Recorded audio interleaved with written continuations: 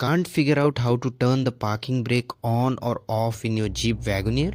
In the next minute, I'll show you the correct way to do it, including the step that many drivers miss.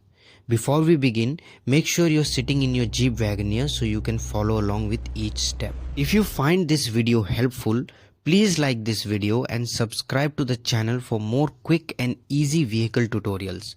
Start by sitting in the driver's seat behind the steering wheel. Look to the lower left side of the dashboard to find the electronic parking brake switch. It's marked with a P symbol and the words pull on. To engage the parking brake, make sure the vehicle is in park. Then pull the parking brake switch outward.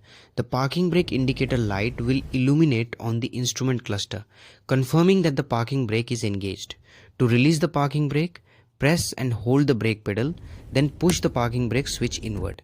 The parking brake indicator light will turn off, confirming that the parking brake has been released. If this video helped you save time or solve your problem, please consider sending a super thanks.